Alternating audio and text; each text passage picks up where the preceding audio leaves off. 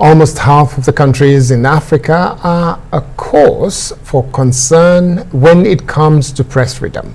That's according to Reporters Without Borders, which monitors the situation globally. Ponariman Fentola reports. May the 3rd marks World Press Freedom Day. It's a date to celebrate journalists around the globe, but also work to keep them safe. Last year, 50 journalists were killed worldwide. We're witnessing more and more journalists getting assaulted, getting arrested by the judicial system, getting arrested sometimes online as well, getting arrested on the continent. I just heard that a journalist in Congo today was sentenced to a 6-year prison term, despite the fact that it's forbidden by the law and by international standards to imprison a journalist for press offenses. In almost half of the continent, reporters are stopped from properly doing their jobs, in the worst cases, facing assault, arrest, or even death. Nigeria is one of West Africa's most dangerous and difficult countries for journalists. Owners usually censor what the journalists releases from the station. If you go to the state level, state organs, they are not ready to allow opposition elements to air their views. That is what is prevalent at the state level, and that is not the way it should be. Nigeria is ranked at 120 out of 180 countries in the Press Freedom Index, which measures how easy it is for journalists to provide news coverage. The reality in this country is that we have very poor governance. And whenever you have poor governance, government and its agents want to hide the reality of their misdeeds. And to hide it, they harass journalists, they compromise them, and they make it very difficult for them to operate. And that's why on a day such as this, it is important to emphasize the need for protection of journalists so that they can do their work and deepen our democratic system. With more than 100 independent newspapers, Nigeria has a true range of media, but those involved in covering controversial stories can pay for the publication with their lives. Ponariman Fentola, Arise News. Well, let's bring in Lanre Arogundade, who is the director of International Press Center, and he joins us now from Lagos. Thank you so much for joining us tonight, Lanre. And let's start with the fact that, the Reporters Without Borders are claiming that Nigeria is one of the most dangerous places for journalists here in Africa. But the federal government insists that there is press freedom in the country. In your position, freedom of the press, a reality in the country? Yes? No? Well, freedom of the press is not a reality in Nigeria.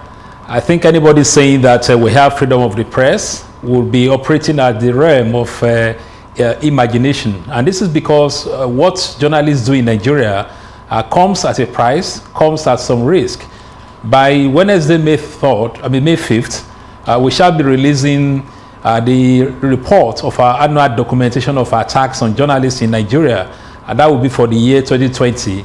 And that report will clearly show that journalists in Nigeria are endangered to the extent that even where there are situations when they should be recognized as frontline workers, security agencies, including the army, the police, the customs, and some task forces in the states refuse to recognize them as such. So in our documentation, for example, we have many instances of journalists being assaulted in the course of trying to cover COVID-19, including when some state governments imposed a curfew and journalists as frontline workers felt they could go to work, report the situation, and get back to their homes safely. During the election period, journalists also face attacks in Nigeria, even when they are accredited by the Independent National Electoral Commission. At the end of the day, a soldier, a policeman on electoral duty could still stop you as a journalist and take a decision on the spur of the moment, whether to molest you or prevent you from carrying out your legitimate duty. And not to talk about the harassment that journalists face in attempting to cover political activities the activities, of politicians. We have instances where political thugs constitute themselves as obstacles for journalists to practice their job. Now, we document these attacks, but we're also not able to even document the series of threats that journalists receive. And we're talking of journalists that cover, sensitive bits, including, the financial bits, the banking sector. They get threats. They are told to hands off particular stories.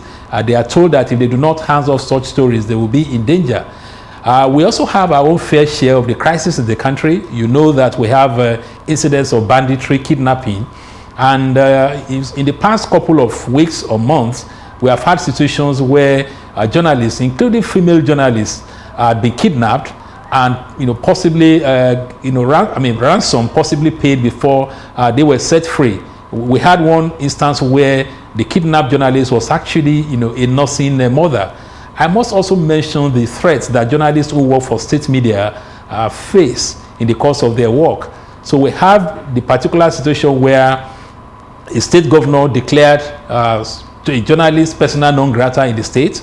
And we had another situation where a female journalist expressed an opinion on Facebook, and because of that, that journalist was dismissed from her work or suspended from her work indefinitely. I think I'm referring to a situation that happened in Imo State. So when you look at the totality of this, and the threats, the body language coming from government, blaming the media for every other thing, you begin to wonder whether they recognize us as partners in the development of the country. And what we're saying is that in line with the theme of this year's World Press Freedom Day, which is information as public good, government needs to realize that there cannot be information for public good where journalists are in chains. Mr. Arogundade, let me very quickly take a few steps back. 2011, the Jonathan government signed into law the Freedom of Information Act. And since then, there was a lot of celebration that now you can ask questions. Do you think that that has helped in any way in terms of access to information for journalists? Well, it has helped, but not to the level that we expected. The good thing is that we do have ministries, departments and agencies of government that have been responding to FOI requests when they are made, not just by journalists, but by civil society organizations, especially those of them working in the areas of transparency and accountability, organizations like SERAP and the rest of them. But in the large majority, the attitude towards the Freedom of Information Act is not encouraging, in spite of the fact that the Office of the Attorney General and Minister of Justice, which is the supervising authority or the oversight office as far as freedom of information is concerned, has issued practice guidelines to all the ministries on what they should do to comply with FOI requests. Although we also have the dilemma that when some of these ministries refuse to release information and they are charged to court, it is still the same Office of the Attorney General that goes to court to defend those ministries. Well, Lanre, as we get ready to wrap up this conversation, let's talk about the fact that social media now has come and there's so much fake news spreading out there to the detriment of mainstream media.